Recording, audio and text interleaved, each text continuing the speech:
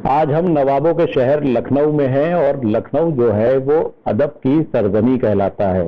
देश में इन दिनों लोकसभा चुनाव का आगाज हो चुका है। तमाम प्रत्याशी जो हैं वो जगह जगह जाकर वोट की अपील कर रहे हैं लोगों से। लेकिन लखनऊ में किस तरीके का चुनाव होता है, किस तरीके से अदब और तहजीब तमीज के साथ प्रत्याशी आया करते थे, हम नवाबों के शहर में और नवाबों के साथ में हैं। तमाम नवाब जो हैं हमारे साथ लखनऊ के यहाँ पर मौजूद हैं। नवाब मसूद अब्दुल्ला साहब मौजूद हैं, उनके तमाम साथी यहाँ पर मौजूद हैं।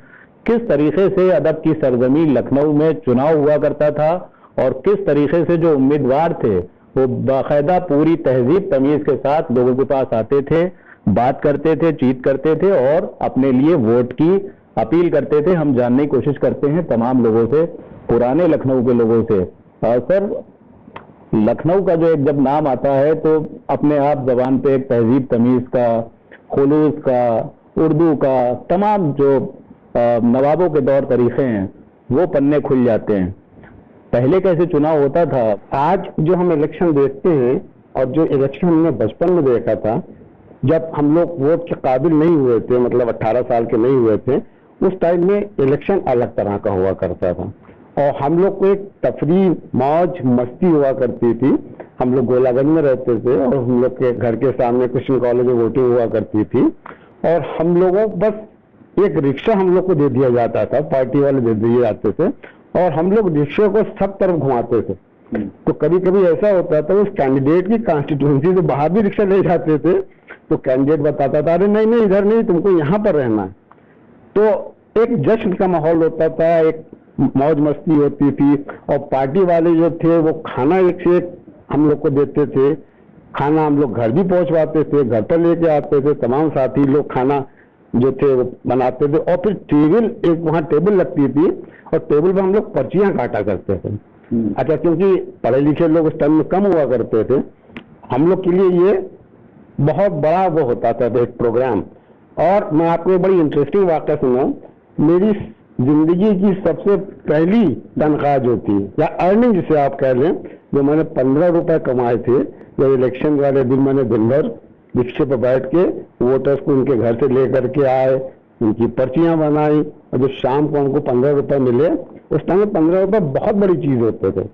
हमको चवन्नी खर्चे के लिए मिलती थी रोज की, वरना कि 15 रुपए मिल जाना हमें लगा था आज लॉटरी नहीं कराऊंगा अभी।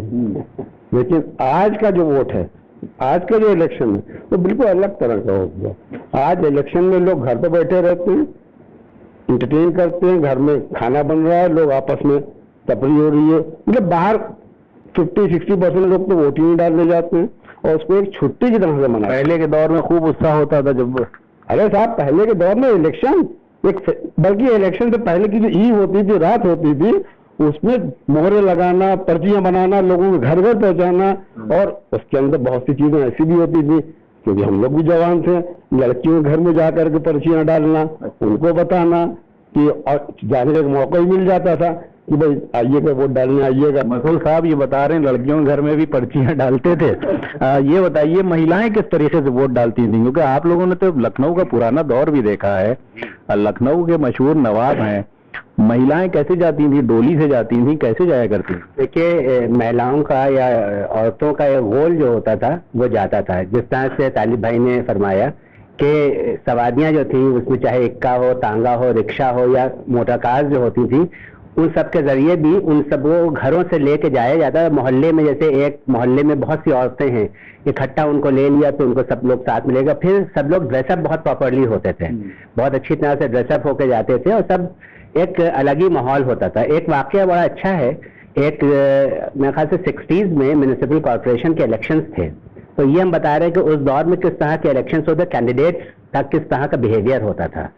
तो हकीम शमसुद्दीन साहब जो थे वो इलेक्शन लड़ रहे थे, उनके खिलाफ जो था यहाँ की एक तवायफ थी बहुत ही मशहूर, दिलरुबा, उनको खड़ा कर दिया गया। तो अब जाहिर सी बात है कि दिलरुबा खड़ी हुई हैं तो एक अलग ही मजमा होता था और जो सारे नौजवान जो होते थे और मर्द जो होते थे सब उनके पीछे, जहाँ पर उनका जो वो जश्न होता था या मतलब जहाँ पर उनकी बहुत से फिल्मी स्टार जैसे खड़े हो जाते होते हैं, तो वो एक लखनऊ की मशहूर तवायफ थी। तो ये हुआ कि हकीम शमसुद्दीन साहब ने एक स्लोगन अपना निकाला और जो पर्चे छपा उसमें वो स्लोगन डाला कि दिल दो दिलरुबा को और वोट दो हकीम शमसुद्दीन को। तो इस तरह का होता। तो जो इनकी स्पीचेस होती उससे मजमा कम होता था, दिलरुबा क्या बहुत मजमा होता था।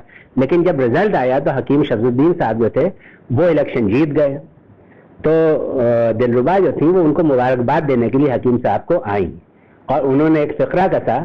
उन्होंने कहा कि इसका मतलब ये है कि लखनऊ में दिल वाले कम हैं और मरीज ज्यादा हैं। क्योंकि हकीम साहब जीत गए, हम हार गए। तो इस तरह का माहौल होता। तो बहुत ही हेल्दी इलेक्शंस होते थे। जैसे अटल जी यहाँ पर प्रेमिस्टीरियल कैंडिडेट थे, वो यहाँ पर लड़े, तो एक अलग ही माहौल होता था। और उनके जो लोग होते थे जो जगह जगह जाते थे, उनकी जो स्पीचेस होती थी बहुत ही शाइस्ता होती थी और बहुत शाइस्ते के साथ जो था वो अपनी स्पीचेस देते थे। छीटाकशी किसी के ऊपर नहीं होती थी। ये नहीं है कि जैसे आजकल है कि बिलो द बेल्ट सब मार रहे हैं, सबके ऊपर कीचा उछाल रहे हैं, सबके गड़े मुर्दे जैसे कहते हैं कि उखाड़ रहे हैं। तो ये सब पहले नहीं होता था। पहले मुहज्जब होते थे और कभी कोई कैंडिडेट जो होता था एज में ज्यादा होता था तो जो छोटा कम उम्र का जो कैंडिडेट होता था वो उनके पास जाता था, उनसे आशीर्वाद लेता था। तो इस तरह का माहौल था। और आज ये है कि सब में तनातनी है, हर एक जो है अपने से बढ़कर किसी को समझता ही नहीं है। तो ये बड़ी कीमती बातें हैं लखनऊ की जो हम आप लोग को बता रहे हैं। हमारे साथ और भी कुछ लोग हैं। सर ये बताइए, लखनऊ का चुनाव तो आप देख ही रहे होंगे, पहले क्या तौर तरीका था? अटल बिहारी साहब की विरासत कहा जाता है लखनऊ की सीट जो है, अब किस तरीके से लोग उसको देख रहे हैं उसी सीट को? पहले जो इलेक्शन होता था उसमें ऐसा एक तो सोशल मीडिया नहीं था, तो जो प्रचार होता था वो घर घर जाकर प्रचार होता था। और अटल जी के इलेक्शन में जो लोग थे वो उनके जो उनको इलेक्शन लड़वाते थे या उनकी जो टीम थी उसके लोग जो हैं वो घर घर आते थे और वोट मांगते थे। और कभी कभी ऐसा भी होता था कि कुछ कुछ एरियाज में पुराने लखनऊ में खास करके अटल जी का चौक साइड में बहुत उनकी सभाएं होती थी और उसमें वो सबसे मिलते भी थे। जब हम लोग जाते थे तो हम लोगों से भी वो मिलते थे और बिल्कुल एक बड़प्पन उनमें एक था और उस तरह से वो मिला करते थे।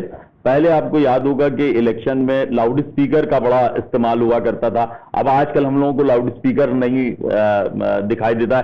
तो पहले तो लाउड स्पीकर का इतना शोर, इलेक्शन के 2-3 दिन पहले इतना ज्यादा शोर, झंडियां और बैनर और झंडे लेके बच्चे जो है वो रात में अब उस वक्त इतनी लाइटें भी नहीं हुआ करती थी, रात में वो शोर मचाते हुए और नारे लगाते हुए मोहल्ले के बच्चे निकल रहे हैं। तो एक उत्सव का जिसे कहना चाहिए एक माहौल हुआ करता था, उत्सव हुआ करता था जैसा कि इनका कहना है। और अगर हम लोग लखनऊ की बात करें तो गंगा जमनी तहजीब का जिक्र जो है वो अपने आप में आ जाता है। और तमाम जो लोग हैं नवाबों के साथ में कुछ और भी लोग हैं। सर आपका क्या नाम है, आप कहाँ से हैं? मैं डॉक्टर कीर्ति प्रकाश तिवारी, लुआक्टा का मैं कोषाध्यक्ष हूँ और CRPG कॉलेज में प्रोफेसर हूँ। सर ये बताइए कि आज के जो आप लोगों ने पहले का भी दौर देखा कि किस तरीके से चुनाव हुआ करते थे, पहले के दौर में और आज के दौर में काफी कुछ अंतर भी हुआ है। कौन से मुद्दों पे आखिर आप लोग को लगता है कि चुनाव होना चाहिए और कौन से मुद्दे पहले हुआ करते थे जो जनता से सीधे जुड़े हुए थे? देखिए,